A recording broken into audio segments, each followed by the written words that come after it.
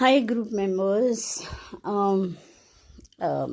मैं एडमिन तो नहीं हूँ ग्रुप की, लेकिन जब मैं ब्रीड वर्ड पढ़ती हूँ तो मुझे ऐसे लगता है कि लोग जैसे वो होता है ना मैट्रिमोनियल कॉलम्स में, टॉल डार्क हैंडसम अगर मेल है तो, एंड फेयर एंड लवली अगर फीमेल है तो, स्लिम ट्रिम, ऐसे कंडीशंस लगाते हैं उन रिश्तों के लिए जो ज़िंदगी भर चल रहे हैं। और फिर हमारे डॉग्स के साथ तो हमारे कितने दिन हैं ये कोई भी नहीं जानता, उनकी ज़िंदगी हमारी ज़िंदगी से बहुत कम होती है। तो ऐसे में जो सड़क पे मर रहे हैं, कुचले जा रहे हैं, मारे जा रहे हैं, कहीं ना कहीं गवर्नमेंट पॉलिसी की कमी है कि उनका उतना स्टरलाइजेशन नहीं हो रहा, और ऐसे शेल्टर्स भी नहीं हैं कि नीडी डॉग्स को वहाँ जाके हम छोड़ दें तो उनकी लाइफ कुछ बेहतर हो सके। सब जो हैं पब्लिसिटी के लिए बहुत काम करते हैं। पब्लिसिटी ज़रूरी भी है क्योंकि फंड्स जो आते हैं वो पब्लिसिटी से ही आते हैं, तो अच्छा काम करने के लिए भी पैसा लगता है। तो मैं बस उन मेंबर्स से कहना चाहती हूँ कि जो हमेशा ब्रीड पूछते हैं, तो अगर आप ब्रीड पूछते हो और जो है उसके बाद मेरा मन होता है कि मैं पूछूं क्यों उनके एक्स्ट्रा पंख होते हैं या एक्स्ट्रा आँखें होती हैं, सर पे सींग होते हैं, क्या होता है ब्रीड्स का कितना केयर करना पड़ता है। बाहर के ब्रीड्स के डॉग का आपको पता भी है, शौक में सब ले आते हैं। जैसे मैंने एक फीमेल पोमेरियन मिक्स को रेस्क्यू किया था क्योंकि वो मिक्स थी, और जब वो प्रेग्नेंट हो गई तो उसके मालिक ने उसे चारबाग जैसे भरी सड़क पे छोड़ दिया मरने के लिए। She was in trauma. तो अब शायद उनको ये लगा रहा होगा कि उसके बच्चे ज़्यादा सुंदर तो नहीं होंगे, तो मुझे ऐसे लगता है कि बच्चे तो सभी सुंदर होते हैं। अब ऐसे ही मेरे पास और भी बहुत सारे डॉग्स हैं। तो मैं, आप लोग सोचते होंगे, बहुत सारे लोग, एक आध ने तो पूछा भी है कि आप हमेशा इंक्वायरी करती हैं लेकिन आप लोकेशन, जैसे मैं हमेशा लिख देती हूँ लोकेशन प्लीज़। तो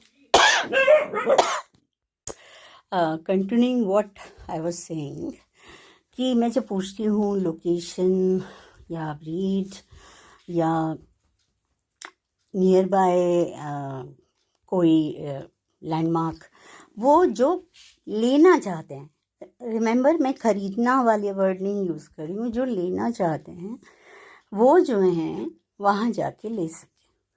तो जो भी डालते हैं पोस्ट, मेरे पास कैट है, मेरे पास पपीज़ हैं, तो प्लीज़ उनकी फ़ोटो खींच के ज़रूर डालिए, मेल फीमेल ज़रूर डालिए, अप्रॉक्सीमेट एज ज़रूर डालिए, और फ़ोटोग्राफ तो है ही है, और लोकेशन, एड्रेस, तो डिवॉर्म्ड हैं कि नहीं, वैक्सीनेटेड हैं कि नहीं, वो सारी डिटेल्स आपको बतानी चाहिए।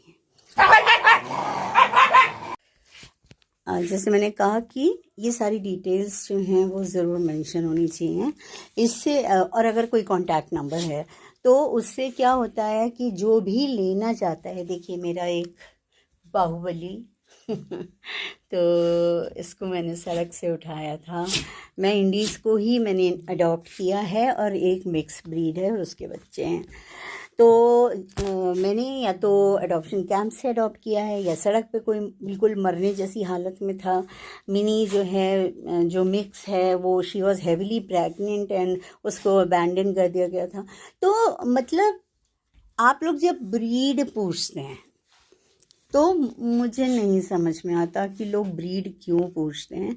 और उसके बाद हम ये केस देख रहे हैं कि जब देखो कोई जर्मन शेपर्ड अबैंडन कर दिया गया, तो रॉटवीलर अबैंडन कर दिया गया, तो पोमेरियन अडॉप्ट नहीं, अबैंडन कर दी गई, ग्रेट डेन अबैंडन कर दिया गया। सो वी शुड ट्राई कि वो ना हो।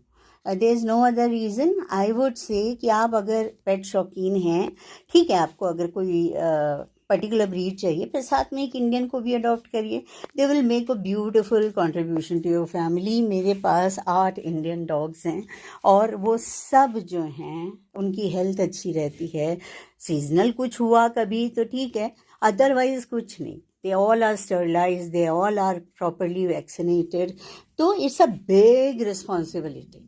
हमने अपना बाहर आना जाना तक बंद कर दिया है शहर के बाहर, क्योंकि हम उनको छोड़ के नहीं जाना चाहते बाहर. ना मेरा मन लगता है ना वो तो परेशान होते ही हैं. खैर, तो all the best. Please adopt Indian dogs, और if you have a breed dog then please adopt Indian also, क्योंकि इंडियन भी एक ब्रीड है.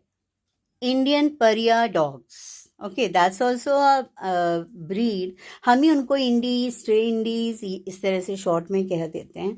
तो यू शुड बी प्राउड कि आप अपने देश के श्वान को, डॉग को सपोर्ट कर रहे हैं. I hope it will make some difference to some of you. Take care and be good pet parents.